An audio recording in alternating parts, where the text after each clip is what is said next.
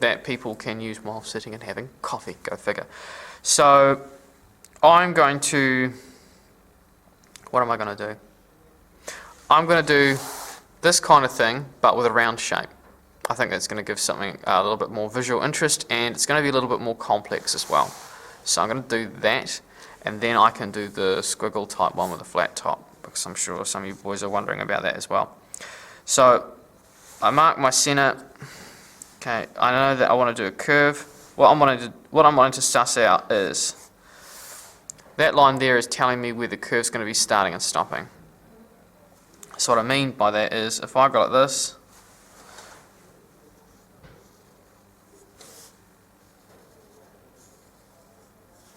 okay, I can see where that curve starts and stops. So if I get that same proportion and then obviously make it a little bit thinner because it's further down, I can go right there.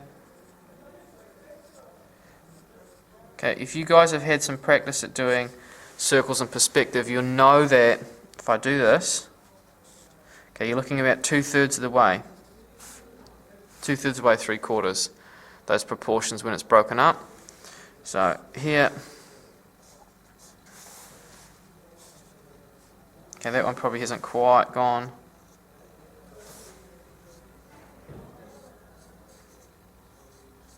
Far enough.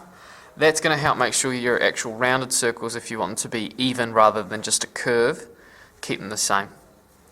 So what we're going to do, obviously, is make it see-through again. Same process. We're going to angle this right down so that's coming in. Up. Right, and then we're going to do that line there.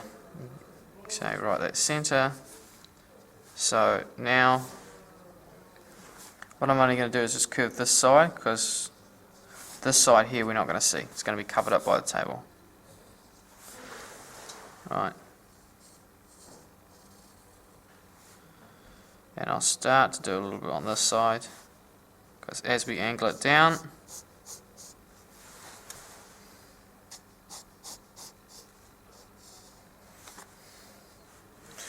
so there's the top. What I might do is actually leave the bottom open a bit.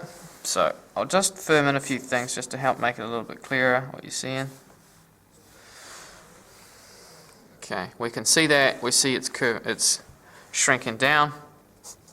Okay, pretty tall for a coffee table. We're going to say it's a shorter, taller one, so it's not going to be so long in terms of proportion. So that way, if we compare it to like this one here, all we're going to say is it's probably only about this long from there to there. Okay, it's a short coffee table. Maybe it's more of an end table. Right, that might be something I'd change in my design. I might look and redo this and then make it longer just to make the proportions look accurate. So what I want to do is I want to put a, I'll put an arch in. Okay, so I'll go that center because I want to know where my arch is supposed to line up to, and I'll just take it down a bit because obviously we need some thickness for strength. If I take that line directly up and that line directly up, now I know where I'm trying to aim my curve.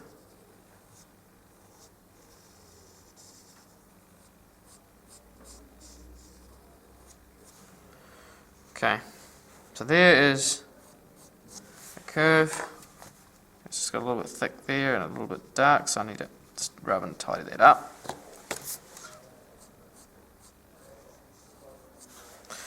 Right, then I can see obviously there's the rest of the curve on the inside, so I need to finish part of that up, otherwise, because we can see through into that now.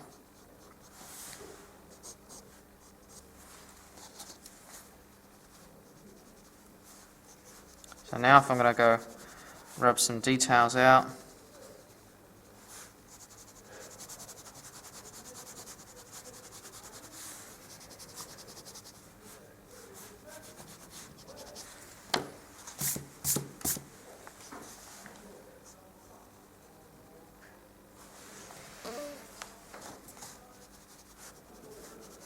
okay, and because the construction's been used to help keep things accurate and make sure that they line up, you're looking at this and going, wow, that makes sense. Wow, that looks really tidy. How does he do that? You just saw how I did that.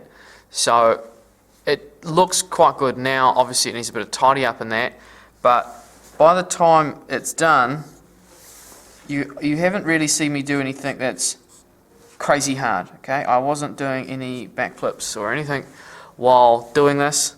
Okay, there was nothing where I just kind of sketched it and it magically appeared. And it was just 100% my skill, and I'm asking you guys to do something unreasonable. You saw it come together step by step. So, as much as you want to say, oh, that's so hard, I can't do that, can you really tell me what about it was so hard? Okay, maybe some of my line work's tidy. But, besides that, that's practice. Okay, but generally, I haven't actually done anything that's really hard. I've just done each detail accurately and tidy in perspective, and as all the details have come together, it's made something look quite convincing and look quite good. Right, last one, we'll do that curved top that some of you boys probably wondering about. Okay, and it's more of a freer shape, so you're wondering how I'm going to keep it into perspective and still make it look free. Right, so I'm going to keep the perspective a little bit lower.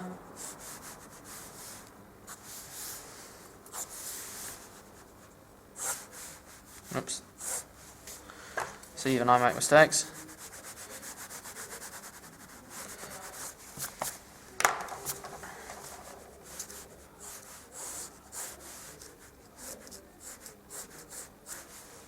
Okay, that's looking more about where I want it to look.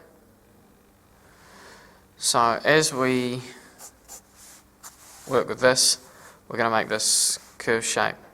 Easiest way to do it is just simply do the curve. Okay, I don't need to do much construction or anything, so I might say I want to look like that. Okay, if I don't like that curve, fine, I'll roll it out. I'll start again. What I'm trying to do is view this box here as a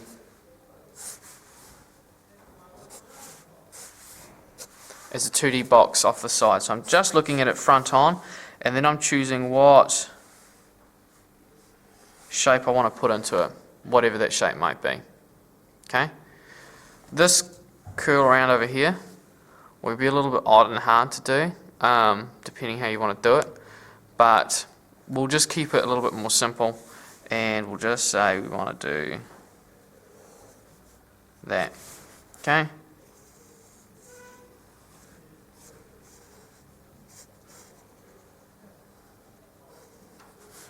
Right, that's what we want to reproduce and make that as to a curve that goes the whole way down.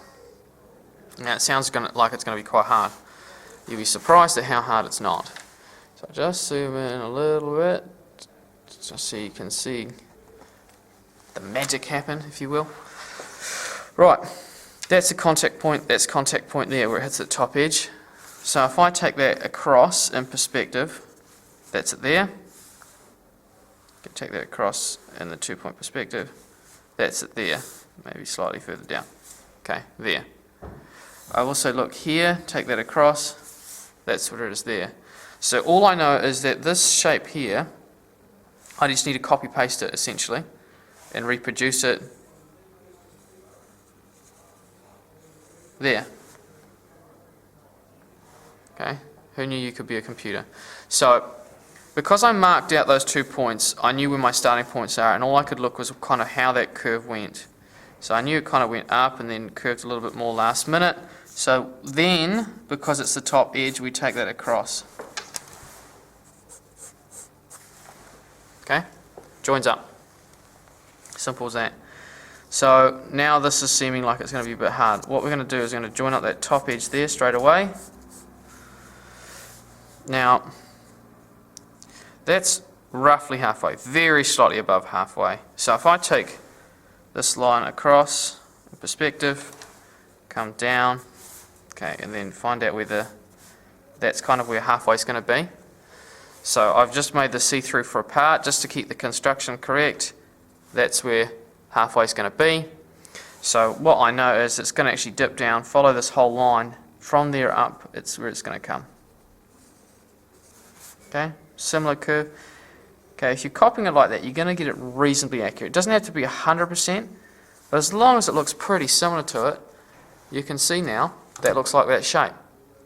Okay, looks a bit chunky and a bit odd as a coffee table, so what I'm going to do is I'm just going to take some of the volume out, but not evenly, just to give it a bit more dynamic.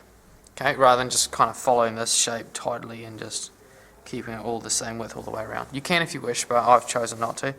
Okay, so obviously this line here needs to come back in perspective. Now, see here that I've gone this line through here, I can tell that I'm not going to see the end of this, so I don't need to draw that curve up there for the other side. Right, that there is the table.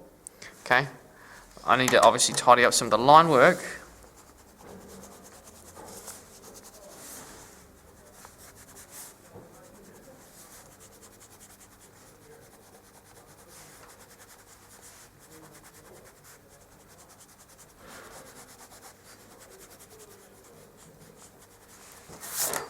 Okay, it's a bit rough and a bit thick in places, so just try and be a bit wary of that, try and keep things tidy.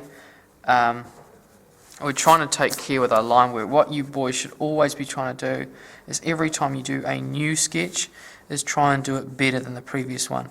That's not necessarily in terms of design, but in terms of quality of sketch and how well you've gone about sketching it. So what's making it harder for me to sketch this tidy is that I'm not spinning the page to make the angles easier for me to draw. Okay, there you can see that works quite well with my arch in my hand, my natural arc I have built into my hand, but for this one here, not so much. So what I need to really do, okay, and I know this is kind of, probably looks a bit weird on the screen, but do that, just to make life easier for myself.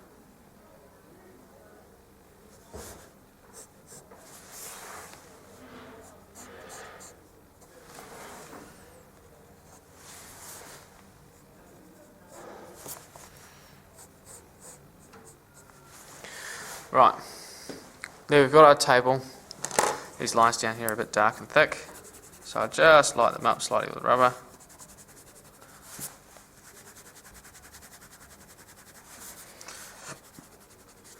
Right, so I'm going to put the glass top on it, simple as going like that.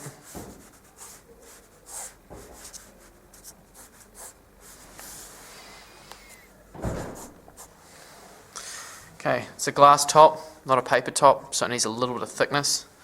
So, you do this. Okay, I've gone up, and so you're going to see it, it was all see-through, but guess what, it's glass, so glass is see-through.